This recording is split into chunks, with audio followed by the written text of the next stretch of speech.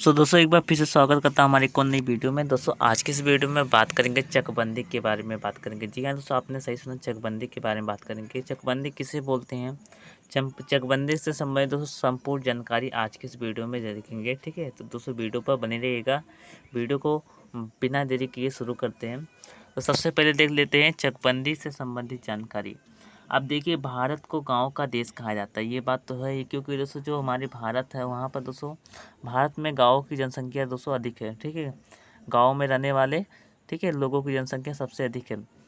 और आज भी देश की लगभग 65 से 70% जनसंख्या ग्रामीण क्षेत्र में निवास करती हैं।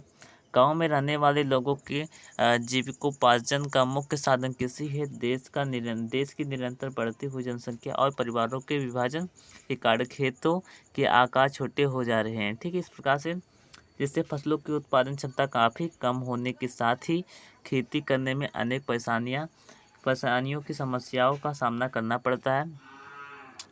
यहाँ तक कि किसानों के बीच खेत की सीमाओं को लेकर विवाद की स्थिति बन जाती है। किसानों को इस प्रकार की समस्याओं से निजात दिलाने के लिए सरकार द्वारा चकबंदी कराई गई है। चकबंदी क्या होता है, चकबंदी का कानून, अधिनियम व नियम के बारे में आपको यह जानकारी संपूर्ण रूप से बताऊंगा आज की इस वीडियो में। ठीक है, इस प्रकार से चकबंदी क्या होता है, व्हाट इज चकबंदी। अब देखिए, चकबंदी शब्द चक और बंदी इन दो शब्दों से मिलकर बना है। इसमें चक का मतलब खेतों तथा बंदी का मतलब क्या होता है, बंदोबस्त करना, यानी कि छोटे छोटे भूखंडों को मिलाकर एक बड़ा भूखंड या खेत तैयार करना। आप सभी लोगों ने सही सुना दोस्तों, एक खेत है हमारा, जो हमारे एक खेत नहीं जबकि 2-4 खेत है। ठीक है, वो छोटे छोटे 1-2 मंडी का है, मान लीजिए 2 मंडी का है और 5 खेत है, अलग अलग स्थान पर है। तो वो जब चकबंदी की जाती है तो उन 5 खेतों को मिलाकर एक खेत तैयार किया जाता है। अगर जो 2-2 मंडी का है तो 5 खेत था, तो 5 खेत था तो 200 मतलब कि 10 मंडी आपका एक जगह पर दे दिया जाता है। इस प्रकार से चकबंदी में होता है। ठीक है, अब इसके बाद देख लेते हैं। दरअसल चकबंदी एक ऐसी प्रक्रिया है जिसके अंतर्गत किसानों के इधर उधर यानी बिखरे हुए खेतों को उनके आकार के परिणाम पर उन्हें एक स्थान पर करके एक बड़ा चक बना दिया जाता है। इससे किसानों को खेती करने में आसानी आसानी हो ही उनका आसानी के साथ ही उनके चकी की भी संख्या बढ़ जाती है। ठीक है, चकों की संख्या भी बढ़ जाती है।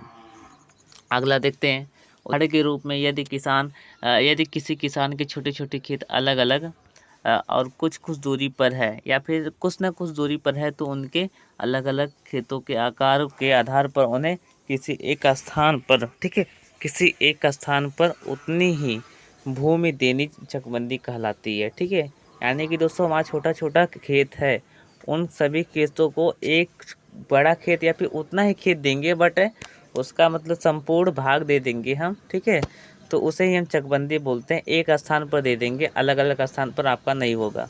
इसके बाद देख लेते हैं, इस प्रकार चकबंदी एक परिवार के बिखरे हुए खेतों को एक स्थान पर करने की प्रक्रिया है। परंतु चकबंदी प्रक्रिया में कृषक को उसी प्रकार की भूमि मिलना संभव नहीं है। जी हाँ दोस्तों, आपने सही सुना, चकबंदी में ऐसी होती है कि मतलब चकबंदी जब करा लिया जाता है कि मतलब जहाँ पर अच्छी मतलब भूमि थी, ऊंच ऊंच वाली जगह पर भूमि थी, या फिर खेत की मतलब कि रोड के साइड में भूमि थी हमारी। ठीक है, उन भूमि को दोस्तों यह नहीं निश्चित है कि मतलब आपको रोड के किनारे ही दिया जाएगा या फिर ऊंचे स्थानों पर दिया जाएगा, आपको नीचे स्थानों पर दे दिया जा सकता है। ठीक है, इस प्रकार से जैसे उनकी भूमि अलग अलग स्थानों पर थी। ठीक है, इस प्रकार से चकबंदी के प्रकार, चकबंदी 2 प्रकार की होती है। पहला ऐच्छिक और अनिवार्य चकबंदी। ऐच्छिक चकबंदी किसे बोलते हैं कि अपने अनुसार मतलब चकबंदी कराओ। ठीक है, यानी कि अपने ऊपर डिपेंड करता है कि आप चकबंदी करा रहे हो या नहीं करा रहे हो। ठीक है, आप अभी भी आप अपना खेत की चकबंदी करा सकते हो कि हमारा इतना खेत है, कहाँ पर गया कहाँ नहीं गया।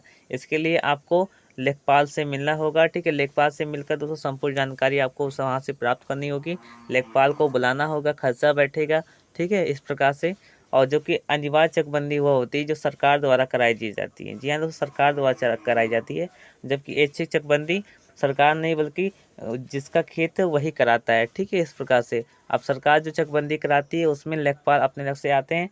ठीक है, अपनी तरफ से आते हैं और वहाँ पर चकबंदी करके चले जाते हैं। चकबंदी की क्रिया कम से कम दोस्तों 2 से 3 महीने तक चलती हैं, केवल एक ही गांव में 2 से 3 महीने तक। ठीक है, इस प्रकार से अब ऐच्छिक चकबंदी का किसे बोलते हैं देख लेते हैं। ऐच्छिक चकबंदी का मतलब ऐसी चकबंदी से है जो किसानों की सहमति अर्थात किसको की इच्छा पर निर्भर होती है। दूसरे शब्दों में किसानों की इच्छा से होने वाली चकबंदी को ऐच्छिक चकबंदी कहते हैं।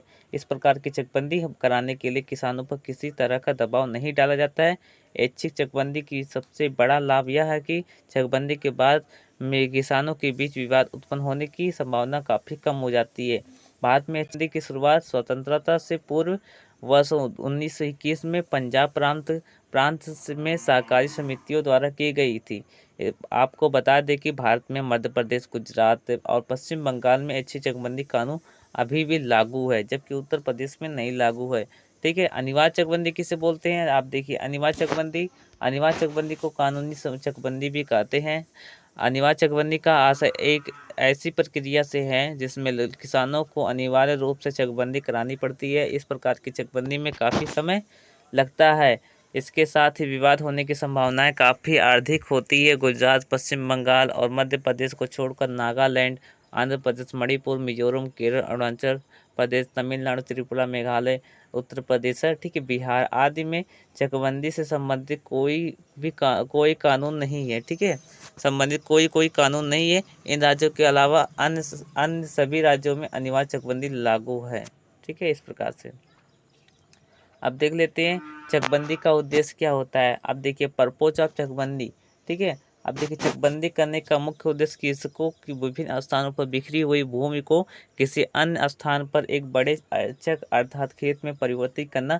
चकबंदी प्रक्रिया के माध्यम से किसानों के खेतों की संख्या कम होने के साथ ही उन्हें किसी कार्य करने में काफ़ी सरलता होती है। खेतों का आकार बड़ा हो जाने से वो किसी संसाधनों का समुचित प्रयोग कर पाते हैं, जिसका सीधा प्रभाव किसी उत्पादन पर पड़ता है। गांव में अक्सर लोग दूसरे या मजदूर लोगों की भूमि पर अपना कब्जा जमा लेते हैं। इसके साथ ही कुछ लोग गांव की सार्वजनिक भूमि पर भी अवैध रूप से कब्जा कर लेते हैं। ठीक, कब्जा काबिज हो जाते हैं।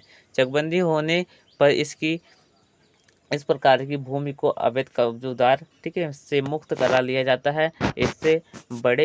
इससे सबसे बड़ा लाभ यह है कि किसानों के बीच विभिन्न प्रकार की आपसी विवाद कम हो जाती है। ठीक है, इसके बाद चकबंदी के नियम और कानून के बारे में देख लेते हैं, यानी कि चकबंदी रूल्स एंड रेगुलेशन। चकबंदी के लिए राज्य सरकार द्वारा चकबंदी अधिनियम की धारा 4(1) से 4(2) के अंतर्गत गाँव में चकबंदी के लिए अधिसूचना जारी की जाती है। ठीक है, इस प्रकार से इसके पश्चात धारा 4 का यानी 4(a) और 4(b), ठीक है, के अंतर्गत चकबंदी आयुक्त द्वारा पुनः चकबंदी प्रक्रिया शुरू होने की अधिसूचना जारी की जाती है।